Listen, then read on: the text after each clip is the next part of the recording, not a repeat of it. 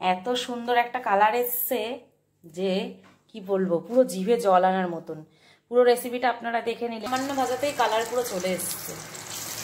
মাছ ভাজা যদি এরকম হয় না, এমনি রান্না কিন্তু।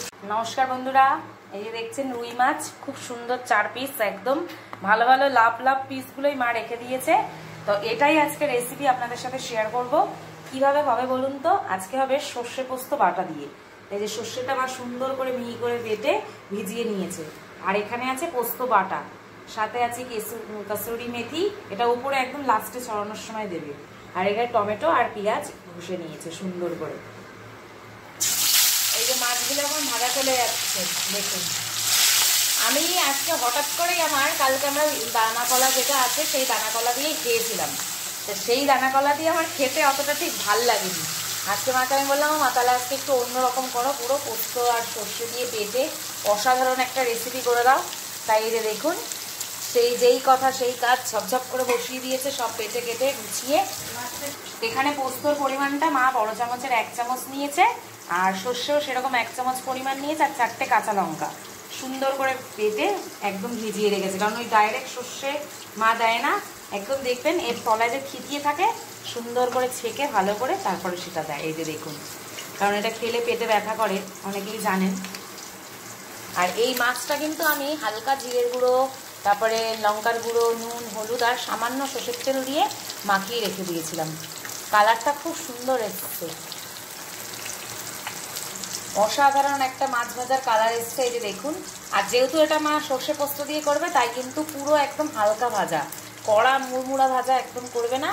আর এক পিঠ ওল্টানোতে সুন্দর হবে। কড়া পিষ্ট মাছ ভাজা হলে সেই রান্নাটা ভালো হবে না।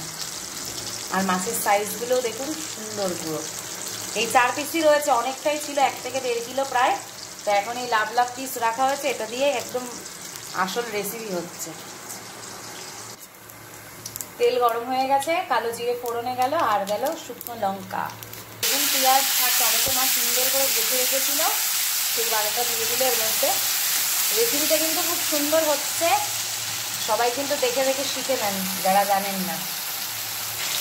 একদম মেন জিনিস সেটা হচ্ছে পোস্ত বাটা, এটা দিয়েই আমি মাছটা খেতে চেয়েছিলাম। সেই পোস্ত বাটাটাই এখন চলে গেল।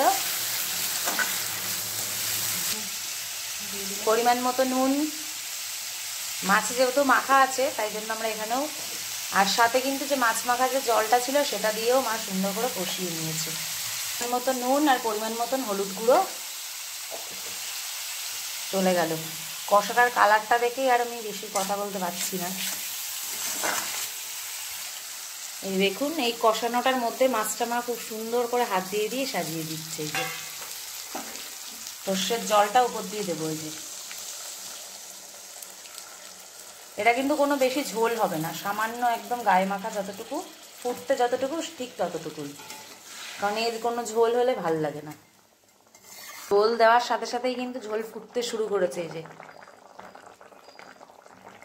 অনেকেই বলতে পারেন যে মাছে আবার মিষ্টি, কিন্তু ব্যালেন্সটা ঠিক রাখার জন্য কিন্তু এই সামান্য একটু হলেও মিষ্টি দিতে হয়, তাহলে প্রত্যেকটা রান্নায় একটা আলাদা টেস্ট আসে।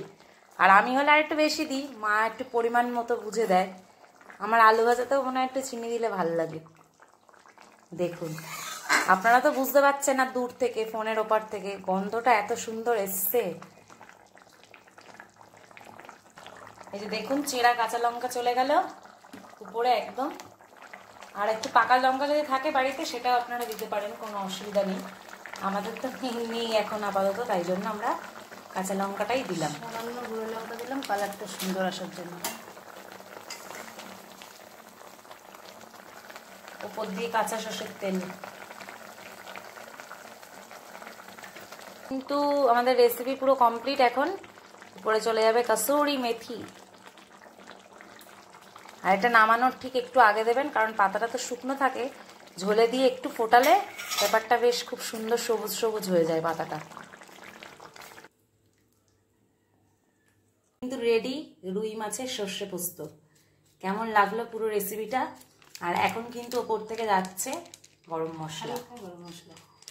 আর এই রেসিপিটা পুরোটা কেমন লাগলো অবশ্যই কিন্তু কমেন্ট করতে ভুলবেন না, কারণ এসবের ভাগ হবে না। তাই ভাগটা দিতে পারছি না, রেসিপিটা শেয়ার করে দিচ্ছি, সঙ্গে থাকবেন। আর এখন চলছে ডেকোরেশন, তো কেমন লাগলো পুরো ব্যাপারটা অবশ্যই একটু কিন্তু জানাবেন, তাহলে খুব খুশি হব। আর পরিমাপও বলে দিয়েছে, সেইভাবে আপনারা বাড়িতে করবেন, আশা করি আপনাদেরটাও পুরো এতটাই সুন্দর হবে। আর এটা আমাদের ফ্রিজে ছিল মাছটা, যদি আপনারা পুরো জ্যান্ত মাছ দিয়ে করতে পারেন তাহলে আরও সুন্দর হবে। তো কেমন লাগলো জানাবেন। কিছু বলবা? কিছু বলবো, আমার প্রিয় পরিবার যদি ভালো এইটা খেয়ে খুশি হয় তাহলে ওটাই আমার বলা, আর ওটাই আমার পাওয়া, আর কিছুই না। আমার এই রান্নার উপহার মানে স্বরূপ থাকলো সবার কাছে।